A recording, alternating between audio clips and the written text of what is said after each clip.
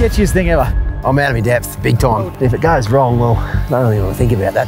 It'll be the scariest 5 seconds of my life. Oh, I can't watch. Just over 4,000 metres above sea level. Some of the most spectacular four-wheel driving you'll do literally anywhere.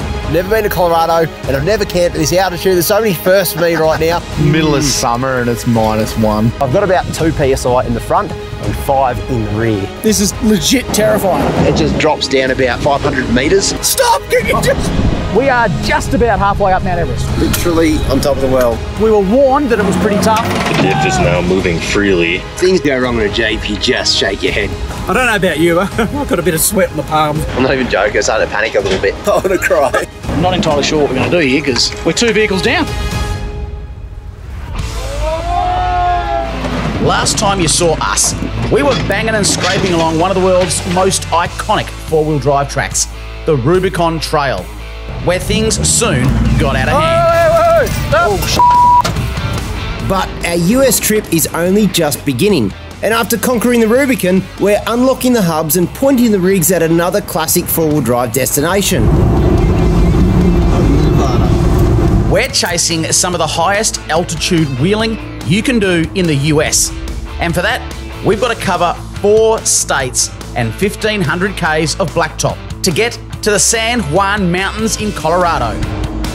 This part of the world is known for its incredible alpine wheeling, and we're going to be checking out one of the highest off-road trails in the US, Imogene Pass, before looping north to tackle one of Colorado's toughest trails, the infamous Holy Cross. There we go, we're in Utah. This is pretty wild. But they set the speed records. This is surreal. After a solid couple of days of driving, the convoy rolls into the little mountain town of Ouray. We're already a few hundred metres higher than the tallest mountain peak in Australia. And this is just the start. Frothy. This is my favourite part of the world. I'm actually starting to, I'm not even joking, I'm starting to panic a little bit because you hear about altitude sickness and stuff. I know I don't have it, but I think I'm just getting a bit paranoid that we're going up high and I'm going to be looking down over a sheer drop. Sean's got a good reason to be nervous as we pull up to the air down point at the trailhead, as today we're going to try and reach one of the highest four-wheel drive accessible camping areas in the country. We're currently at 8,700 feet according to my watch, and we're going to be at 12,000 camp tonight, and the air's pretty thin. It's going to be wild. I was feeling great until I started talking to Sean. Now I'm worried about the attitude, so... When you're this far out of your comfort zone, it pays to bring along a local. Now, a few of you eagle-eyed viewers would have noticed this rig leading the charge along the Rubicon. And it's wheeled by our good mate Chase, who's helping out the camera crew in a vehicle that back home we'd call, believe it or not, a Prado. Chase has a route mapped out for us through the mountains and has promised us a full driving experience we'll never forget. Now, just to keep something in perspective for you, mate, our highest mountain is Mount Kosciuszko in Australia, 2,200 metres. We're already way higher than that right now, so everything from here on is going to be well out of our depth. Yeah, one of the passes I'm going to take you guys over on this trip is called Imogene Pass, and it's the tallest pass in the San Juan Mountains, just above 13,000 feet, which is basically right around 4,000 meters if my math is correct. So high altitude, might have some trouble breathing if we're running around, that kind of stuff. We might actually end up running into some snow, potentially providing a challenge for the crew, but we'll see how it goes. You know, these roads are always unpredictable this time of year, but it's going to be some stellar views. Mate, that sounds unbelievable. Can't wait. We've soon crossed above 3,000 metres in altitude. Despite it being the middle of summer, there's snow and ice to be seen everywhere. And right now, it's particularly dangerous. What actually happens here is you get a great big ice flow down through here, which during winter, of course, is completely full of snow. But as it starts to melt, you're probably thinking to yourself, it'll melt from the top. It actually doesn't. It melts from the bottom. And as the river grows and grows and grows, it just melts it out from underneath. When you're driving up here, if you do hit snow right up the very top, you really want to be aware of streams or rivers in the vicinity. Because what can happen is you can not know it, drive over the top of this, fall straight through. Chase, who's driving with us at the moment, his mate had this happen last year, nearly flipped his car. So it's one of those things, In Australia, we wouldn't even think about it. But where we're going, real possibility. Our target for today is a secret dispersed camping zone right up in the highest sections of this mountain range. And soon we've cleared the tree line and are into some steep climbs. Oh, here we go. Don't look down. Oh yeah, sick, doing a big lean. Oh gee. This is surreal. Woo. All you see is down. On these steep exposed tracks, things can go wrong pretty quickly. And up ahead is our first warning.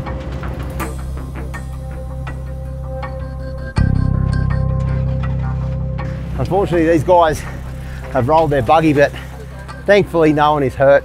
They did all the right things. Can happen though, in a place like this too. The last place you want to roll anything. Hey boys, let's just give it one go with all the men here.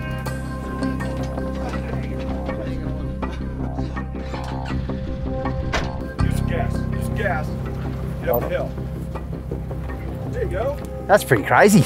Like, if you look at the track, you wouldn't think it's possible, but I mean, these things do happen. They happen real fast too. He rolled his car last week. Yeah. Yeah. In the winter months, these tracks become entirely closed off due to deep snow. And as we climb into the thinner air above 3,500 metres, you can really start to see why. Come across a little bit of what they call spring snow up here. I don't know how Sean I was going to go to get up here. About that. Didn't do anything.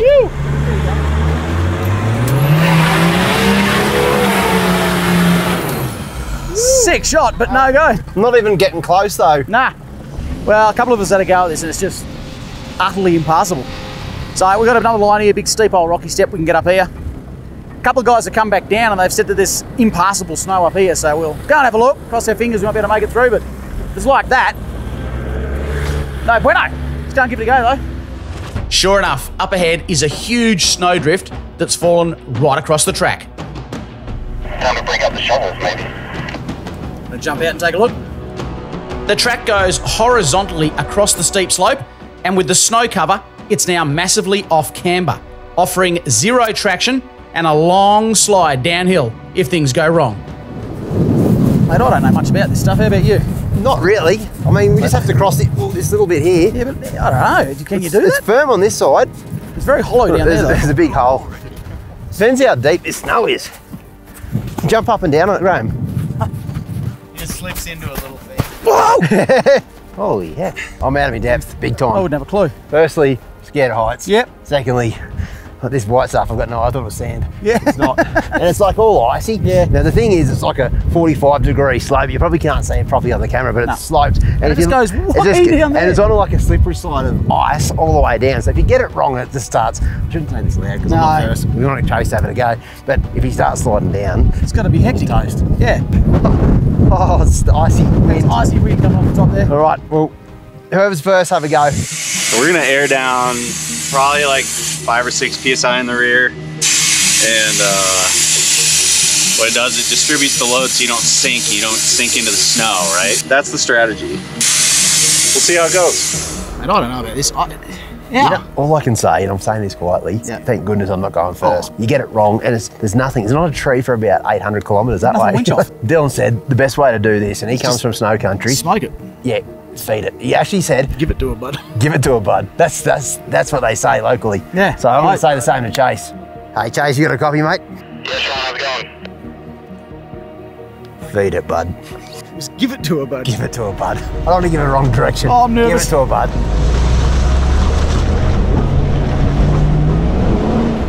Oh. Now the locals are scared. Stuff that.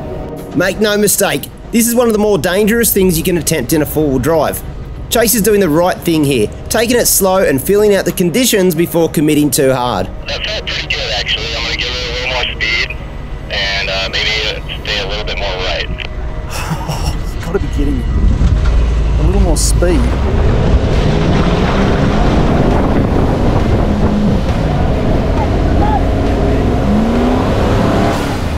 Back backed off. I get that now. The give it to a bud, that's a good call. Look, the cameras never do these challenges justice, but that is a very committing angle, and we can't afford to get this wrong. I'm scared just watching. Yeah, that's you.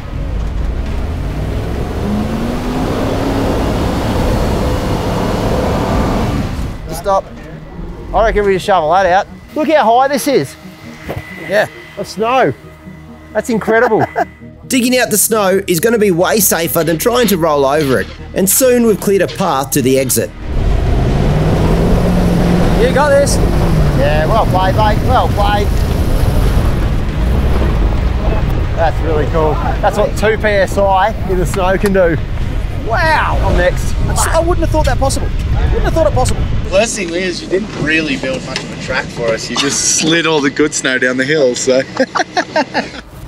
I'm up next, and I wish I could say I had all the confidence in the world, but I don't, because Chase sort of made a bit of a squiggly pass through there. There's not like defined ruts where I'm safe as houses. I'm still on that angle, and if I gas it, I'm just worried that the back will slide out or the vehicle will slide, or I won't commit when I need to commit. Something's going to go wrong, and if it goes wrong, well, I don't really want to think about that. You can't see it. It says 0 on the screen, but it's actually, it got down to 2.8 and then I lost a reading because I'm down so low. I've never been that low on my tyres. So I've got about 2 PSI in the front and 5 in the rear. That's what we're dealing with here. This is, like I said, I'm out of my depth on this trip. There's no doubt about it. It'll be the scariest 5 seconds of my life, but I'll be so stoked at the other end.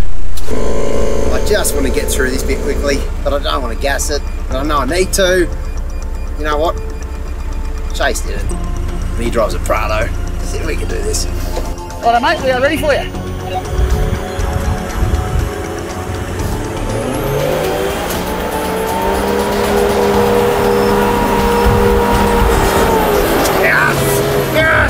Yes! That's the go. Oh, my heart. I wasn't giving it up to you boys. I didn't want to show how scared I was, but I was peaking. Yes, I had to. That's sick. 2 in the front, 5 in the rear. I can't believe people think I'm lying, but it's true. It went off the gauge. It was that low. I'm going to have a beer at camp and it's going to be good. I can't even talk. Get out of here. Get out.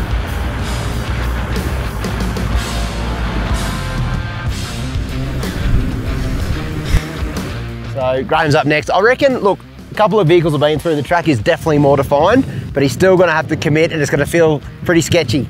Spike up the controller, mate. Hey, Up hey. to U9. Just a quick one. Yep. You best go across rather than slide down. That's all I'm suggesting. Thank you. No Wise guy. Wise guy. Wise guy. Wise guy. Right, we'll go second low. Try to see what second. You might be able to get it on the bop in second. Oh, go Midget. That's it, buddy. Get into it. Oh, it's slow down. Slow down. Look, he's scaring me. A bit too much, mate. No, it's not. That's what I said to do. There was a big clunk in the front. That's actually, you don't need to go that fast. We made it. You made it, well done.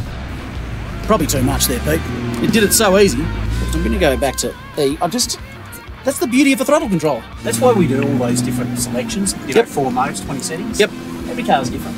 It's looking pretty good now. There's a bit of trenches there. I think we'll be just fine. I might just slip a little lock buoy on. Sender!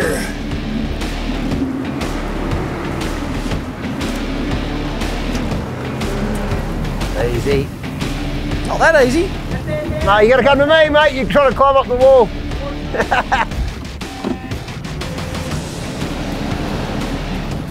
Still a bit of snow in there. Yeah. Whoa, whoa, whoa. Yeah. Well done, son. Well done, mate. I reckon Dill is not going to hang around.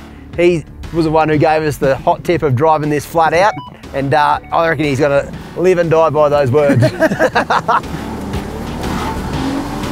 Dylan hails from Washington State and has done his fair share of snow wheeling. Tackles this one with zero fear. Yeah. That's really cool. That's sick. Had a hitter with all the beans. Honestly, if it was just up to me, I would have turned around. I'd be at the pub down bottom of the hill by now. Absolutely, there's no chance I would have even risked coming up here by myself. Nah. But a couple of locals, Yep, they know what they're doing. that helps. All right, camp is literally just up here. I want a Let's go beer. look. Do you reckon one beer's worth 2 at altitude? 100% it is. Yes. I didn't bring that many. Off to camp we go. With the snowdrift opened up behind us, we're quite possibly the first four-wheel drives up here for the season, and the views are just incredible. Far out. As soon as you get over the top here, mate, check out the view. This is a bit wild, boys. Well, you get a load of that. That is next freaking level. Just wait until we crest this next hill and you'll see the lake actually still has ice in it. So the polar plunge could be a real thing. Yeah, boy. That is unreal. This is amazing. That's right up there with the coolest things I've seen.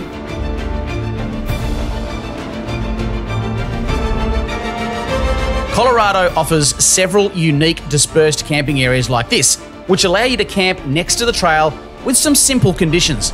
And this just might be one of the wildest spots we've ever rolled out canvas. How about this for a campsite? Honestly, I've seen some things in my time, but never have I camped in a place like this. I can't wait to set up just so I can sit down in the camp chair and just take it all in.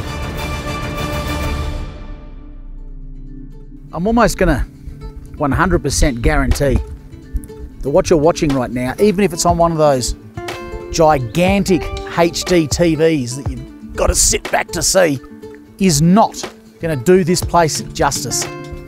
It is utterly overwhelming where I am about to camp tonight. This place is incredible, and we drove our four-wheel drives here. Folks, the fact that we drove our four-wheel drives here is testament to how important it is that we look after that privilege of being allowed to do so. Truly mind-blowing. Right now we're at over 3,700 metres, or 12,200 feet, which is by far the highest of any of us Aussies have ever camped before. If you know somewhere you can drive your four-wheel drive to and camp that's higher than this, we'd love to hear about it. All the boys are setting up in the background and I've just knocked the top off a coldie. If you think this campsite is specky, and it is, there's just one more little thing I want to show you. Come with me. In the winter, this lake would be completely iced over and there'd be over 10 metres of snow around it. But even now, it's looking pretty darn cold. Oh, what? No! What? He's gonna die, quick. We've been talking about this all day, having a swim. In the Alpine Lake. What we didn't expect was icebergs in it. There is literally, like if the Titanic was to come through here, boom, sink. Yeah, he's talking a big game. He's talking a big game. Look, if you do it, I reckon the Mitts canopies are the toughest canopies I've ever seen. Oh! Unbelievable! You alright? Look, there's ice touching ice. He's a walrus. Oh, I've just gotten a lot colder watching that. Oh, same. Warm him up, boys. Warm him up. No, do not come near me. No, you're out. I've got sympathy shrinkage, mate. That's my excuse. That's pretty brave. That's next level. When we started today, the temps down in the valley were around 35 degrees centigrade. But up here, it's tipped to head into the low minuses tonight. As the sun sets, we're treated to one of the most incredible camp views we've ever seen. Oh, 99. Rear on and in.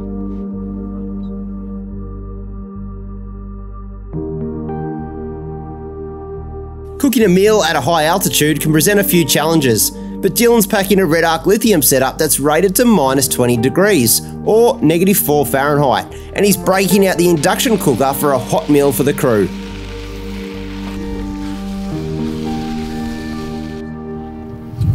We're nearly 4,000 metres up, eating a hot meal. Couldn't get better. What up, boys? I think sometimes you just need to pinch yourself. Dude. And that's... If I wasn't wearing so much, I could.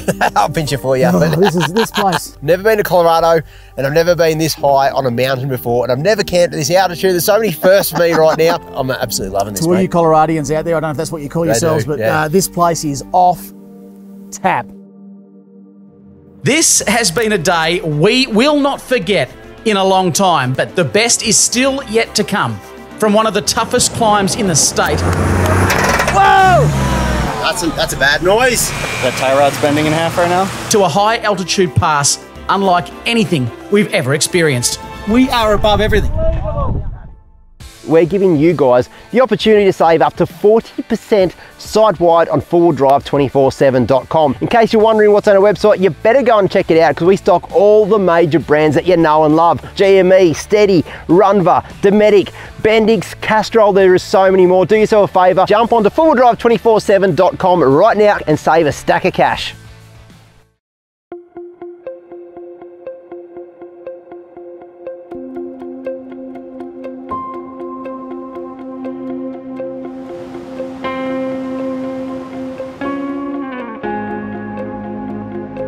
Waking up in the mountains of Colorado is an absolute bucket list item ticked off for sure. But the plan today is to head to an even higher wheeling spot, known as Imogene Pass.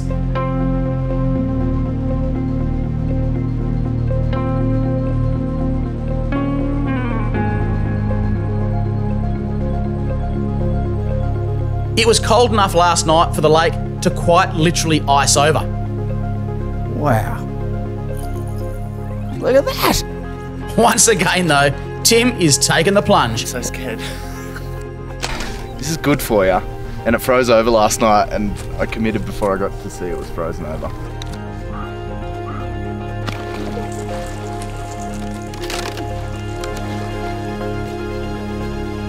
My good mate Pete has been riding shotgun with me all trip, but today I've decided it's time for him to take a turn behind the wheel. Well, this is exciting. You sit a long way back, mate. I can't reach the...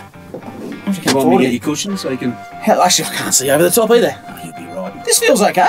I've done no wheeling with the steering wheel on the left. So You tell me that now. we're only at 4,000 metres. 4,000, we'll be all right. It's all downhill from here. Wow! I went to put my foot on the brake. I've got to say, one of the most sensational camps. And, you know, we do say that a little bit, but honestly, have a look around. It's just absolutely stunning. As we creep back through the snowdrift from yesterday, suddenly there's a problem. My CV just let loose. On a CV, gentlemen. For some trackside repairs.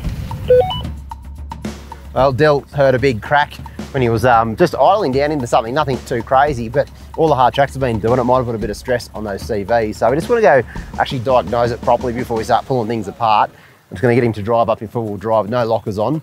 And if he's got a broken CV, all the drive's going to go to the rear and he's not going to really make it up there, we'll know straight away. It's still got drive though.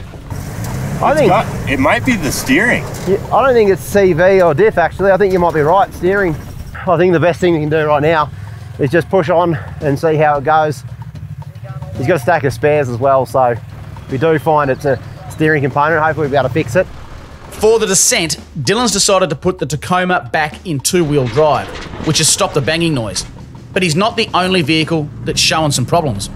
Well, since we left camp this morning, the Dirty 30's been running pretty rough under sort of any acceleration. It just misses and hesitates and a bit of smoke coming out the back too. Now, of course, I'm the only one in the convoy running a diesel, and the 30's engine is far from happy. It's like it's getting starved of oxygen or fuel, and the good thing about diesel, it's either one of the two. Air's the easiest one to check. K&N filter looks pretty good if you ask me, it almost looks brand new. So that leaves me with one other thing, it could be fuel. So I could have picked up bad diesel, and I just want to go check my fuel filter real quickly because it sounds pretty horrible at the moment, and it could be an easy fix. A check of the filter shows up a little bit of sludge, but that's not enough to cause the problem. It's not perfect, but it's not the worst I've seen. It could just be the altitude and the diesel's running rough. Next time we're at an auto store, I might try and pick up some setting booster, but for now, I can also adjust the tune. When it rains, it pours, and the Jeep's the next vehicle to hit trouble. So what we've got here is we've got a busted brake line at the back of the Jeep. Problem we've got is the Jeep is running steel all the way through. Ordinarily, you'd just crimp that brake line off and we'd keep going. But for this one, can't crimp it. It's also a Saturday in a tiny mountain town. We're 2 vehicles down. See, this is where, I don't want to get political, but Jeep versus Land Cruiser, let's just explore that for a second. If things do go wrong on a Land Cruiser, you always get yourself home. If things go wrong on a Jeep, you just shake your head and go, why did no one put a little soft line? Yeah. Is that it there? That's it there, mate. That's it there, bud. That's not right. I'm pretty sure the broken one goes about 3/4 of the way across the diff and then back up under the chassis here. Really? It One looks, line? It looks horrendous, dude. It's better and better. So it's coming off the chassis and it's only using the brake line. It's not like one joiner in the middle. So to get the vehicle off the side of the mountain, what we're going to do is just crimp that line. And look, the way we figure it, we can't make it any worse. I think the sway bar has actually picked up the whole brake line, brought it down, and it's actually bottomed out on the brake line, which is why we have a hole in it.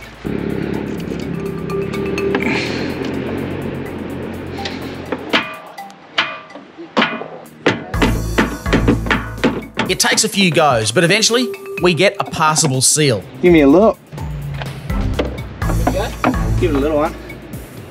So I've managed to crimp that hard line the best we could, but we did find there's another connection a bit further on. So if we could pick up another JK brake line, the hard line that goes on the right-hand side of the vehicle, would be back in business. So our best bet, instead of starting the Imogene Pass, which is pretty wild, and if that little fix breaks, it's way too dangerous to even try that. So our best bet might be to pop into town, see if we can't find one at an Apple store. Maybe right at the back of a brewery or something like that. Well, that'll be our luck, and we'll be back on the tracks in no time. Okay, pump.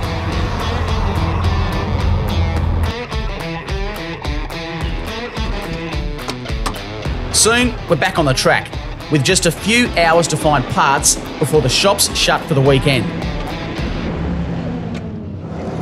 Right, well, we've managed to limp it into town. I'm actually taking the whole hard brake line off because there's a Napa store about 40 minutes away. They don't have this hard part, but they've got some steel line, so I'll be able to bend a new one up. They're also got a flaring tool and all the fittings, so fingers crossed I'll be able to get this sorted. Should I go the other way? Our experience working on Jeeps is pretty much zero, but after some head scratching we managed to get the piece of hardline out from under the vehicle, and I can race off to a nearby Napa store to get the replacement parts. Meanwhile, Dylan's been checking out the underside of the Tacoma and has traced the cause of the problem. So there's a mount here on the back side of the diff, and it's a small piece of material on the frame side. And basically what happened is it just broke the welds on the mount, and the diff is now moving freely and not hard mounted. So under load, diff's moving and then causing stuff to bind up. So hopefully what we can do is just loosen this up, put a big washer on the inside for now to fix it, and get us on our merry way. I mean, she's not moving now. So if anyone's looking for a mildly used Toyota Tacoma, hit up Dylan. Right, 20 minutes until the store shuts. I think that I can definitely just go back and take a look. All of these, of the black lines, you can make these bends by hand. Perfect. Because this 3/16 line is going to be your same line, size, and then we just need to make sure, you know, the right thread. Yeah. Let's go get an adapter to connect the two together. It's pretty lucky really that Napa had basically everything. The only thing is I've got to actually make the brake line as well. So I've got a bunch of fittings, I've got some 3/16 brake line, I've got a flaring tool. So the only thing I'm lacking is probably the skill set, but we'll figure that one out. The main challenge here is making a new line that matches all the twists and bends of the old one. But we soon figure out a workaround, and that's just to cut out the damaged section of the old line off and connect a new section up to make up the length. Sorry about that side. You need to make sure the other side fits. So we managed to do it, and that join to me looks bomber. Compression fitting it's called. Now the only way we're going to test that is to join the entire thing back Look, up. if it doesn't work, we've got a plan B. That's why I got all those extra parts, and then we just got to make our own. It's not that hard, but we'll try this first. Hopefully that works.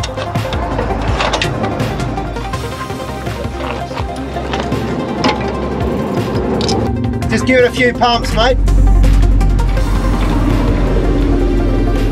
That's all the way down. You're not leaking over here, Sean. Yeah. That's really good news. Okay, this is going to feel a bit sketchy. We're doing a brake test here. Like, I'm literally going to see if I've got brakes. I'm going to go down the hill And brake, and see if I can stop. Here we go. Like a rally car. I'm glad they work.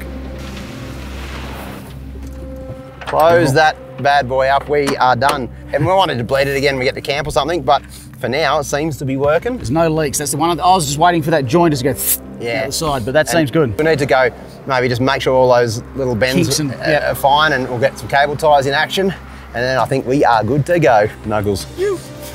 Brake fluid everywhere. Brake fluid everywhere. The Jeep is back in action, but Dylan's Tacoma needs more work. The washer fix that has got him back on the road, it's not track proof. So while we look for a camp spot for the night, he's heading to a mate's workshop to try and re-weld the broken diff mount overnight.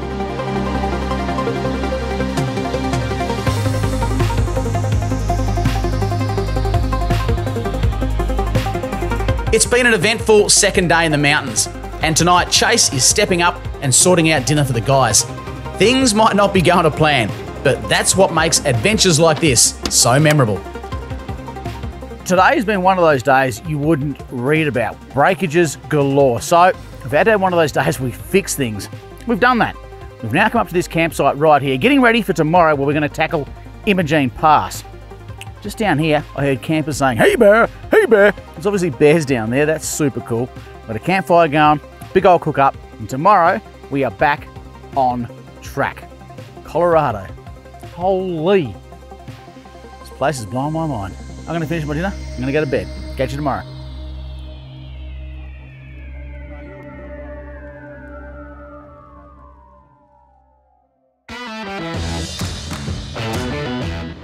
We hit day 3 with one objective, and that is to make it up Imogene.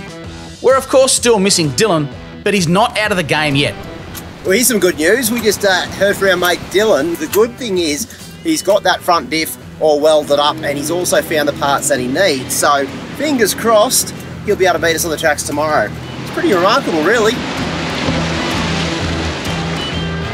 Soon we're on to the start of the Imogene climb, and ahead lies one of the most iconic drives you can do in a four-wheel drive anywhere. How nice is it to have brakes back? Yeah, well, it's a prerequisite. Bonus up here, isn't it? Now's probably a good time to tell you I'm quite a nervous passenger. I'm quite a nervous driver. This could be scary for both of us. Yeah, I think it will.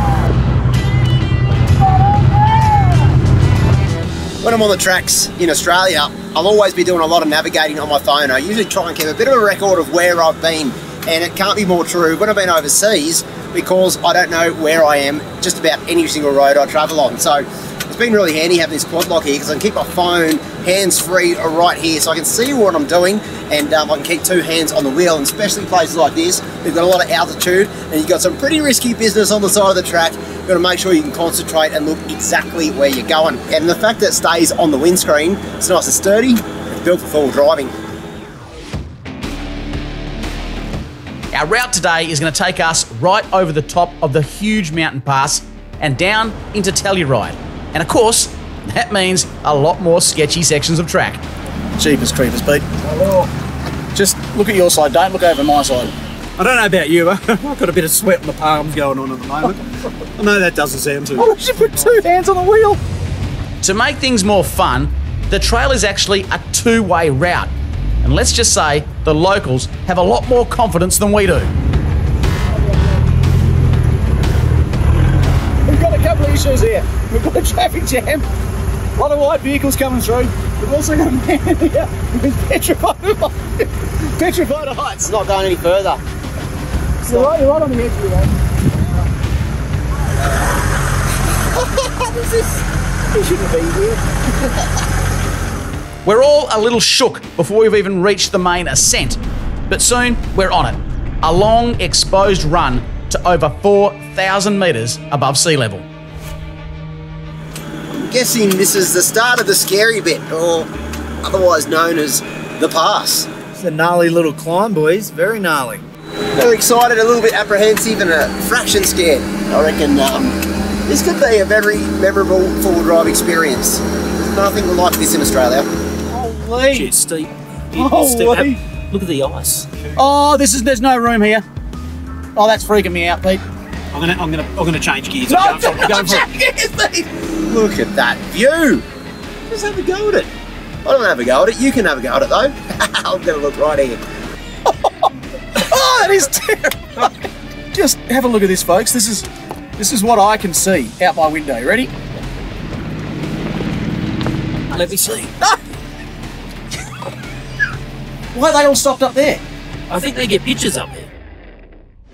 I've been told this place here is a place where you need to come and get a photo of you and your rig. Now the only problem with this is you're going to drive out to that little rock step. That kid's just walking out there. He's got no cares in the world. This is where I sort of stay. I don't go much beyond here. It just drops down about, I don't even know, 500 metres. So if I'm going to get a photo of my rig, Dino, you want to drive it, mate? Nah, Jason's driving mine out right now. You got to get these boys' trucks up there somehow, man. Someone's got to do it. Oh, I can't even watch it.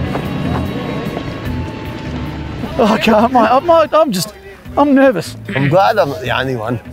Look at that. That is ridiculous. Absolutely what are you doing amazing. that for? And the combination is not just the height, it's also the altitude does funny things to your emotions. Yeah, I feel like just holding people. Come here. It's great. Safety in numbers, mate. Yes, I agree. It's only like a 1,000-foot drop. It's no problem.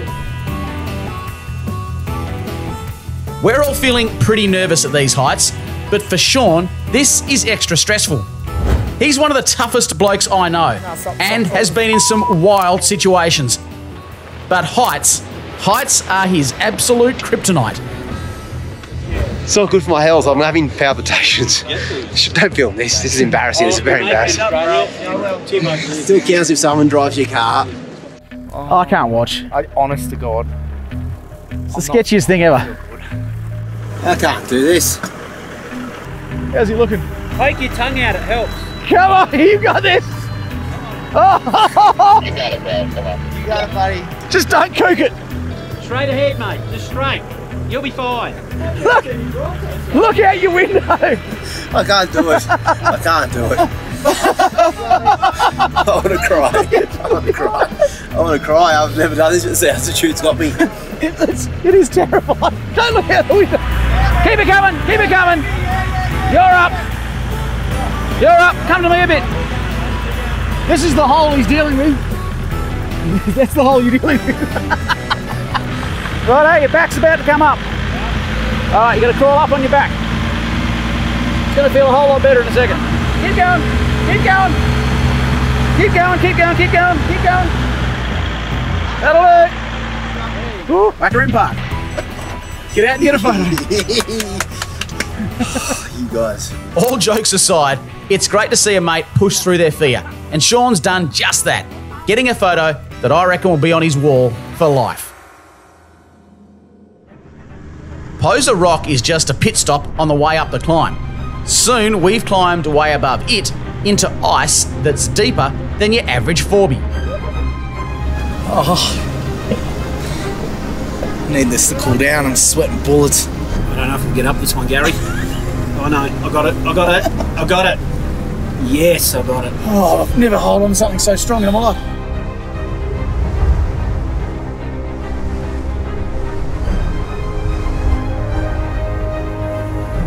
Oh my goodness, look at this track.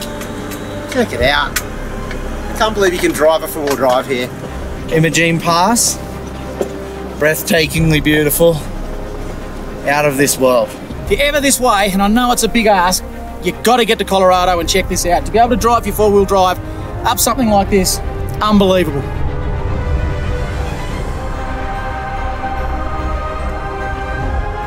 At last, we make it to the summit of Imogene.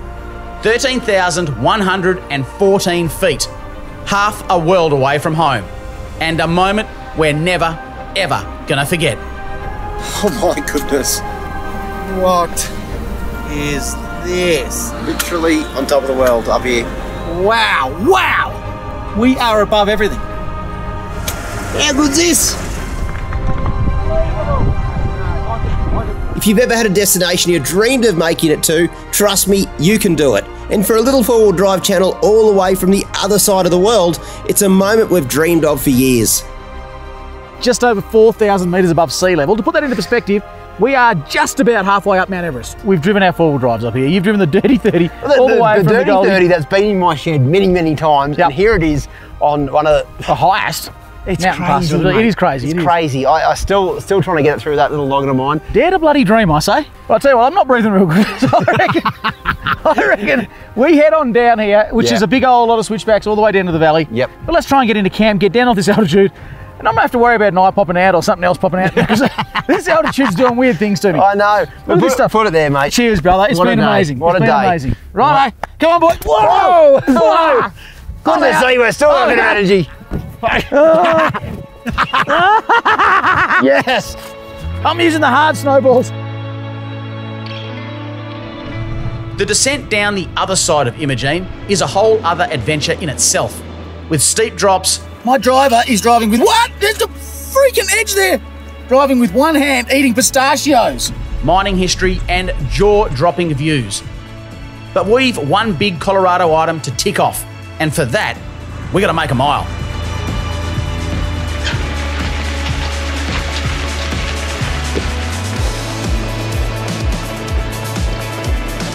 For our final destination, we're jumping a few hours north to central Colorado, where we're going to take on what we've heard is one of the state's hardest tracks. But with the day getting on, first, we're going to take a stop en route to check out another awesome little camp. Mate, if you look over on your left-hand side there, I reckon there'd be fish or beavers in there. Bit of both, I reckon. Look, have a go at it, eh? It's not every day you see a big old beaver dam. Is that what you call it? Yeah, we definitely went that little dip. That was a beaver dam. That's incredible. Beaver and bear country, mate. Both of them can be dangerous in the right circumstance. There's a beaver right there. See another one, stroll through camp, maybe sample a bit of Shauno's cooking. It might just be the difference between here and home, but every camp in the US so far has blown us away. This truly is an incredible country to explore in a four-wheel drive.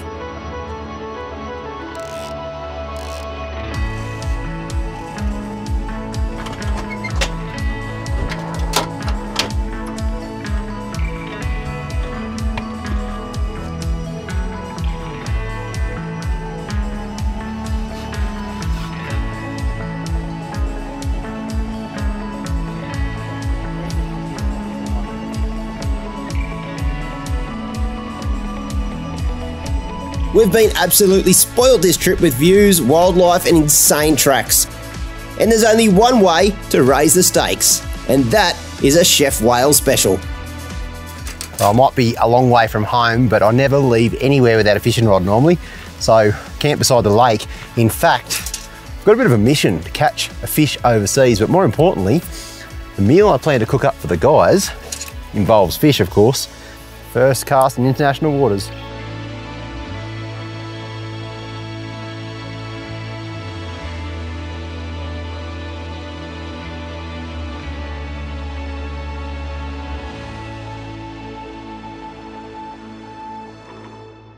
How'd you go? Oh, unreal, mate. Actually, really good session. Did you get a few? Oh, yeah. It's not a very big body of water. I know, but between the beavers and the deer, I was just hooking salmon left, right, and centre. You got salmon in that patch of water? Salmon, mate. No, I'm talking like ocean runners, like big ones. So we're going to do some salmon, but first up, I'm going to do some chips.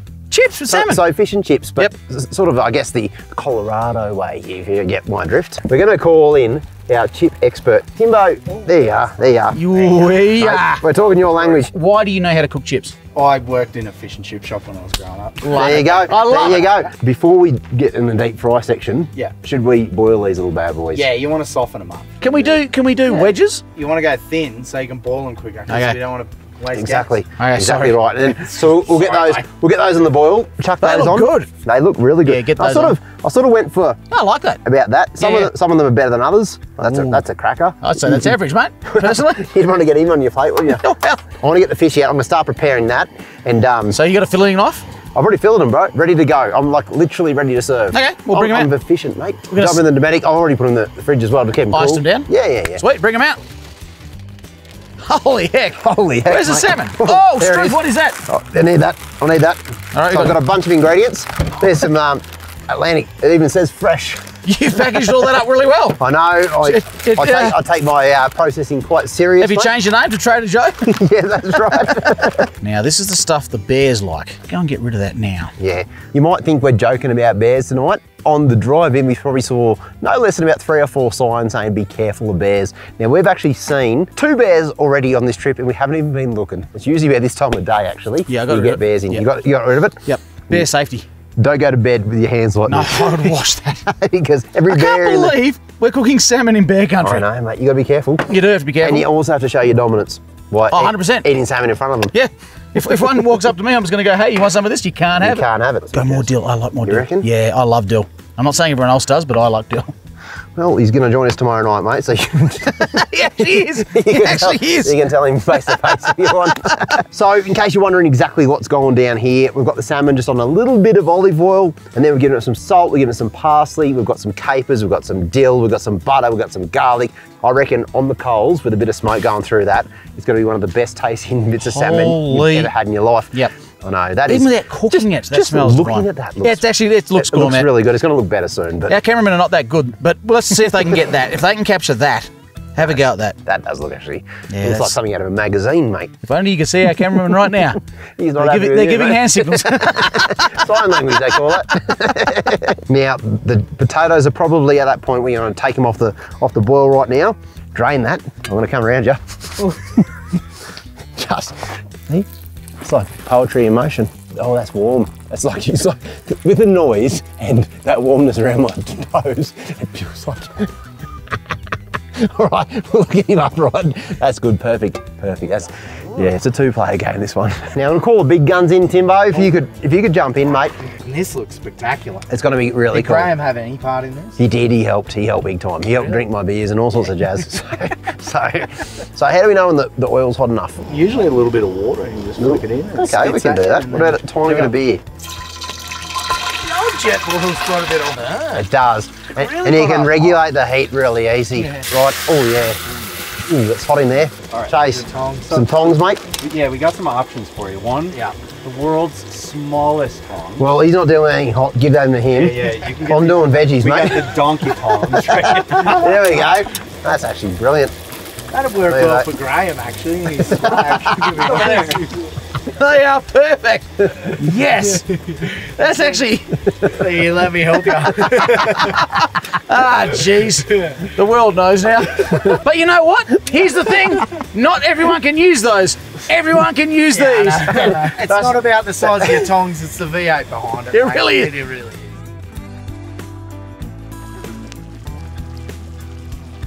Well, that's looking absolutely sensational. The veggies are cooking beautifully. Boys, bring her in, bring her in. Oh, look at that, look at that. Have a smell. Oh my goodness, Graham. That is ridiculous. Oh, the chips. Pete, I want you to have the first bite, mate. Oh, look at it falling apart. Report back. Tell me what you're thinking. Everyone's delicious. Oh, my goodness. Sensational. We've got crispy chips. We have salmon that is just Just nearly cooked. cooked through, Yeah. but not quite. And then we've got some veggies as well. That is the ultimate camp meal, if you ask me, and perfect setting for it, boys. Gourmet. We have a big day tomorrow. Some more tracks to go. I'm going to sit around the fire and probably just soak it all in because I think we so, have man. one of the best scenic backdrops you've probably ever seen on a camping trip. Let's go. Oh, the seconds Follow too. you.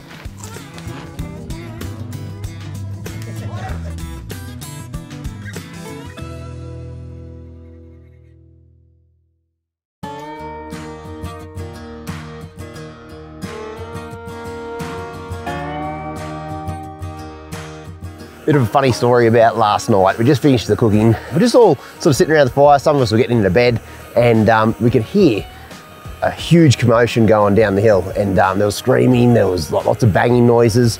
And next minute, this vehicle comes up at night time. And it's this bloke, he's freaked out. A bear had gotten into his camp and made an absolute ruckus. It shook him so much, him and his family were actually going home and he was just warning us that there's a bear on the prowl. And he reckons, he called it 500 pounds, that's quite a big bear. That was how we went to bed last night. I was in a slag right beside my vehicle. I thought, oh heck, I'm easy prey.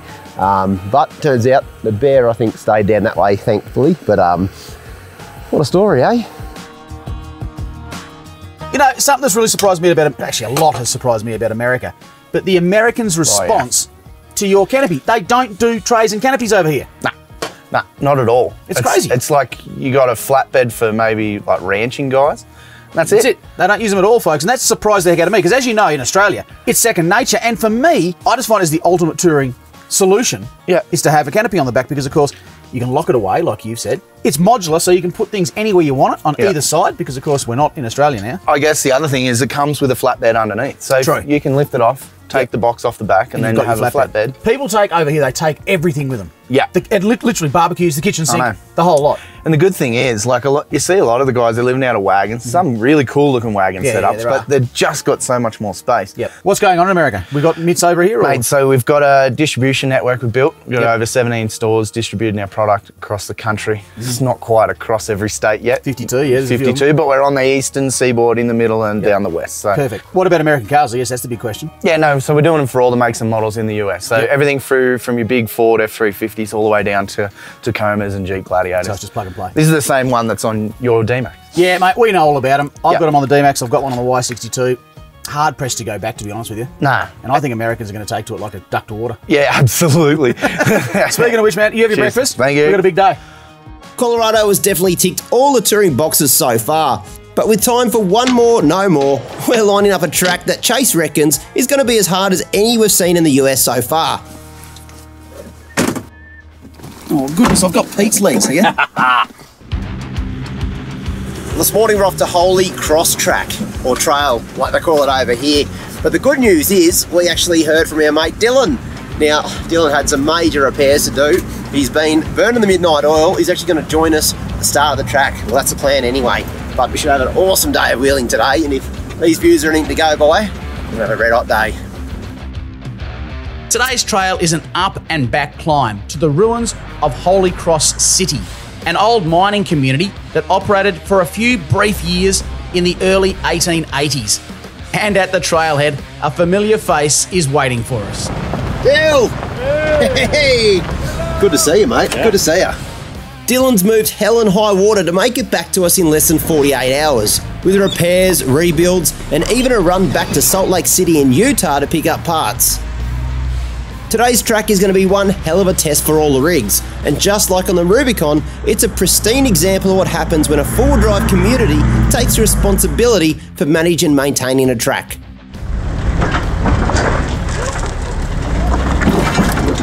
Dang. That was a bit wild. You are the master of rock crawling. Couldn't do that any smooth. Oh, okay, maybe you could. I don't know if it comes across, but this is a hell of a lot of fun. This thing climbs unbelievably well. Until that moment. We're about a mile on the track now, and first time in 4 lows since I had the work done, had her fixed. The track only gets more challenging as you climb, and soon we're into some big obstacles.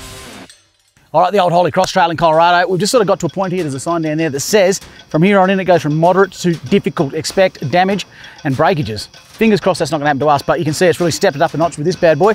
Big step up. That's a real big step up.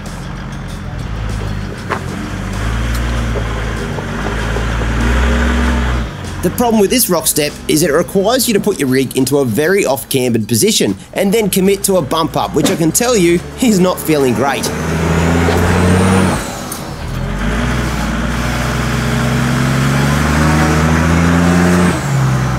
Don't like it. Nah, I think that altitude, I just can't bump it. Do you want to try right hand down a bit?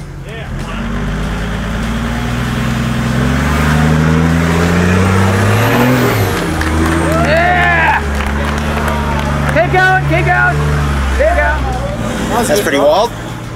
Well, this is actually Pete's first real challenge, so he's driven a little bit, but not much. Graham's been doing the majority of the wheeling here. Now, the only thing going against Pete in this situation is he's probably been brainwashed by Graham a fair bit, seeing some of the lines that he's been doing, and I think he'll do all right. We've all heard stories about how capable a Jeep can be, and on this one, the Wrangler doesn't even lift a wheel as it sails on up. Oh no. Jeep thing. Don't smile like you had anything to do with it. I had nothing to do with it. Put it there, Pete. Hey man, well done. That's cool. It's a Jeep thing, is it? It is a Jeep thing, yeah. You almost don't realise how big the Tacomas are until you see them on a track.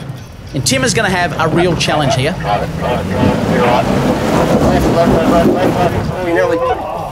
Come to me, a bit more to me. The Tacoma ends up in a bit of an awkward spot, but Tim commits and makes it through. Yeah, boy! That's sick!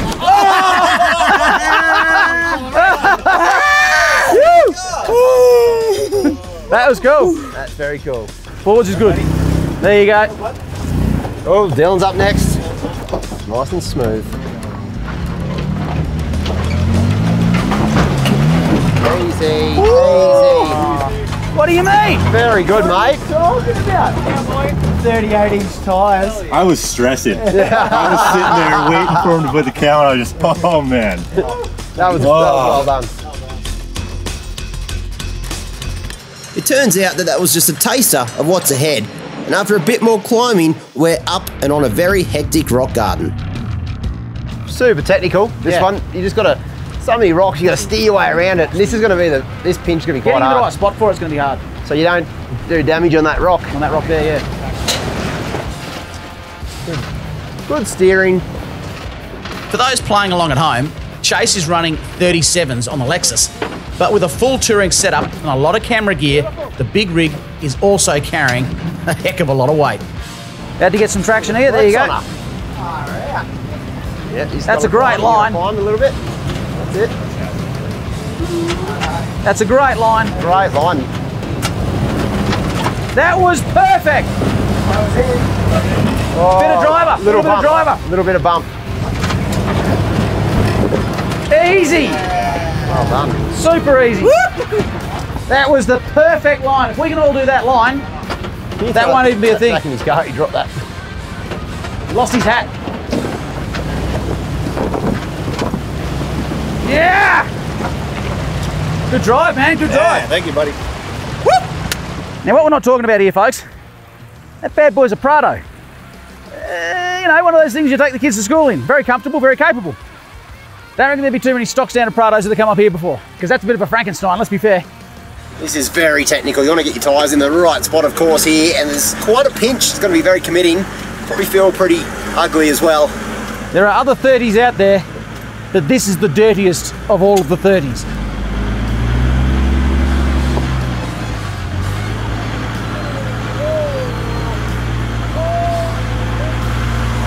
We're right.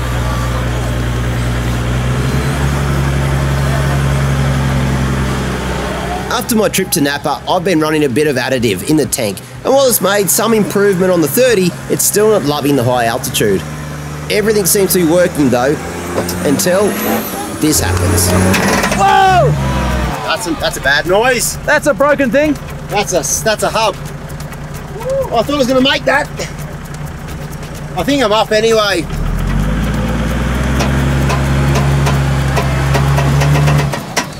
That's unfortunate. Yeah, I've broken it. But you're not going anywhere, mate. It must have just fallen off the line and just shock loaded a little bit. Fingers crossed it's a hub. That's all I can hope. I've broken my fair share of hubs over the years, and I do have a spare in my kit. But first, I've got to use the Runva to get to some flatter ground.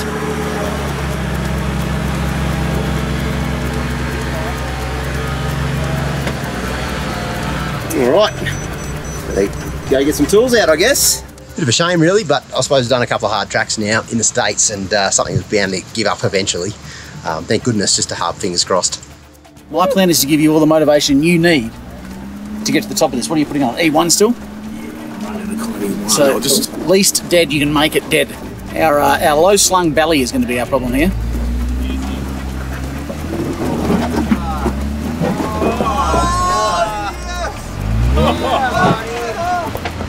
Jeeps might be known for their capability, but they're notorious for something else, and that's braking. What's happened? That tie rod's bending in half right now. Wait, joking? That's going to make getting the rest of the way tricky. Yeah, go. That's it, Go. Yeah. Yep. Drive. Bend up, I watched it. I must have pinched a rock on the tie rod. Yeah. Now that's a standard tie rod. We had to replace it out after another day. Yes. we had an aftermarket, which was very flexible. I used to watch it go up and come back down. There's no flex in this. Yeah. Look, I reckon we're pretty right to get this straightened up. A bottle jack, maybe a ratchet strap, something like that. Worst case scenario, we take it off. Disappointing that we did the hard part. So isn't that always the way though? maybe the adrenaline had kicked in. You do the hard part, and then you drive in your driveway and hit the letterbox. Crazy. It's always the way. It's always the way. Mate, we'll get that as straight as we can. And get back to it. Yeah, keep pushing on. We're over halfway up this track, and there's no way we're giving up this easily. So the tools are out as we make some quick repairs.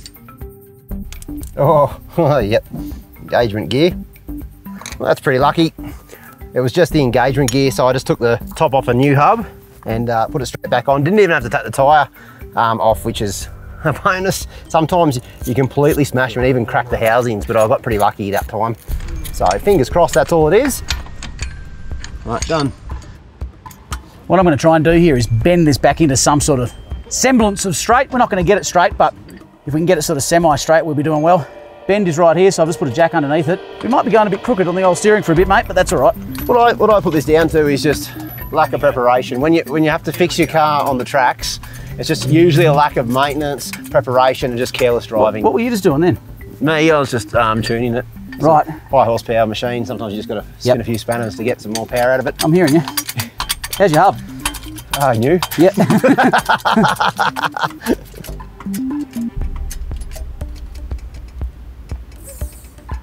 Look, that's looking pretty good. It's slightly bent, but so are the fellas, so at the same time, they'll be right, they'll be right. They'll be able to drive this out. The two big Tacomas are coming up now. You get a different wheelbase. They should theoretically be okay if they get the right line and just idle up. The long wheelbase actually help in these situations. No damage is the key. That's the key.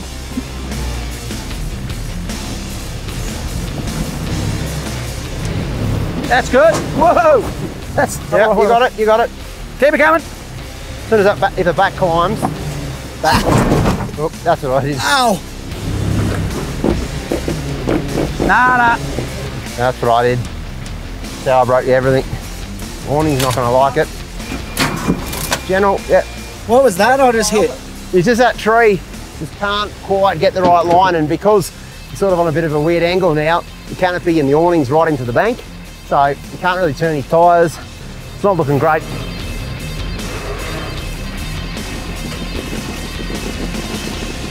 Come on. Well, it's turning into a bit of a mission to get the tacos up here. I thought the wheelbase would help them because the front would pop up while the back was still a long way down. But it's actually working against them, so I'm struggling to get them even winched up the hill at the moment. Better be a good city. I wonder if the pub's open up there. Drive, Timbo! Yep. Drive.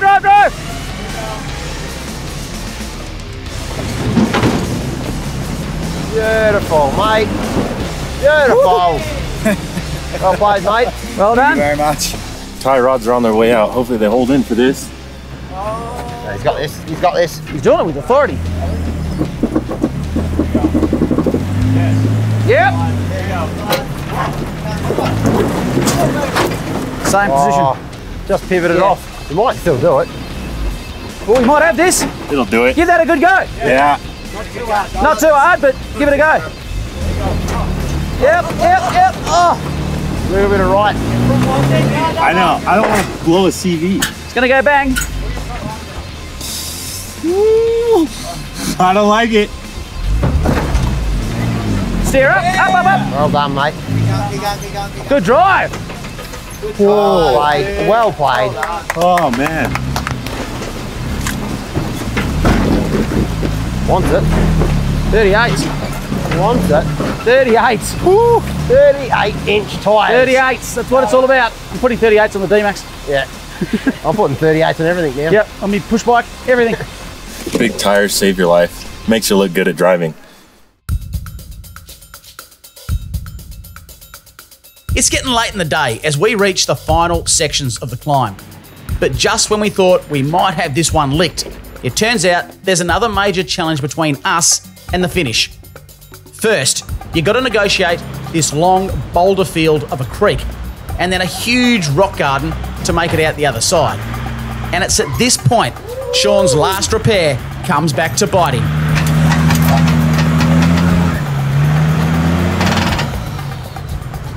I think I've Might have broken more than just that outer engagement gear on the hub. It's hard to know, but there's some funky noises coming out, and I don't think it's spinning real nicely. So, I don't know. I sort of need four-wheel drive up here. Well, the old Holy Cross, we were warned that it was pretty tough.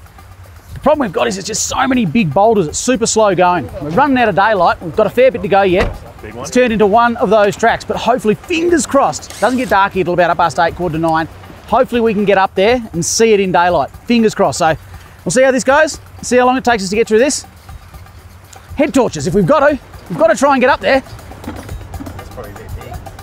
Well, as it turns out, I've actually broken the second spare hub, so it means I've got no more spares left. After another hour on the tools, light is getting long and we've got to make a pretty hard decision. So here's the current state of affairs. It's pretty grim. I've got a broken hub, I'm in 3-wheel drive.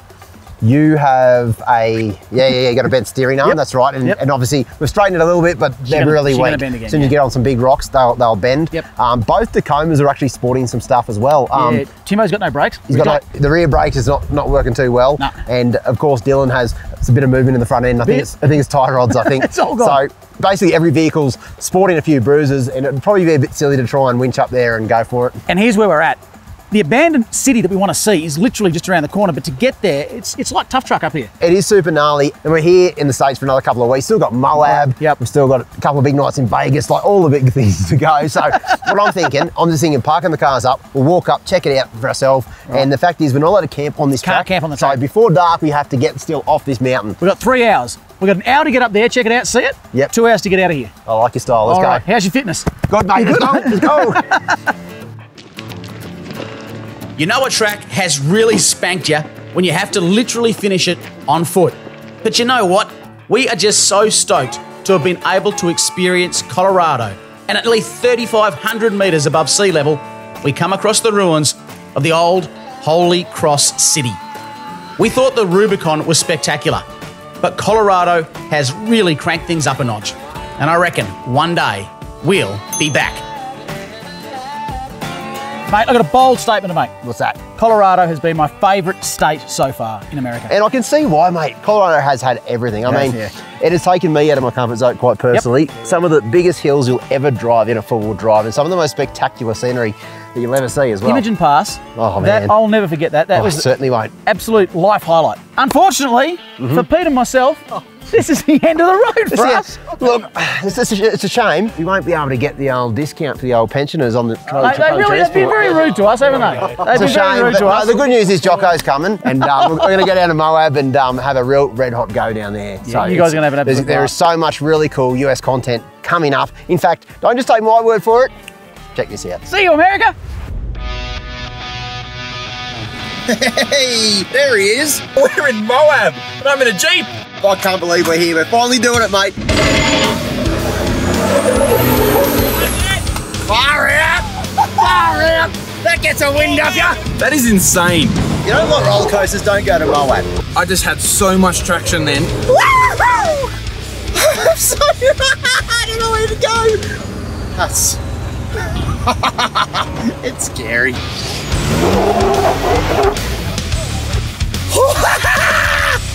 Oh my goodness, I'm not looking forward to this. Whoa. Don't miss part 1 of our Moab adventure. Coming soon, only on YouTube. Oh my goodness. That doesn't do anything to be confident.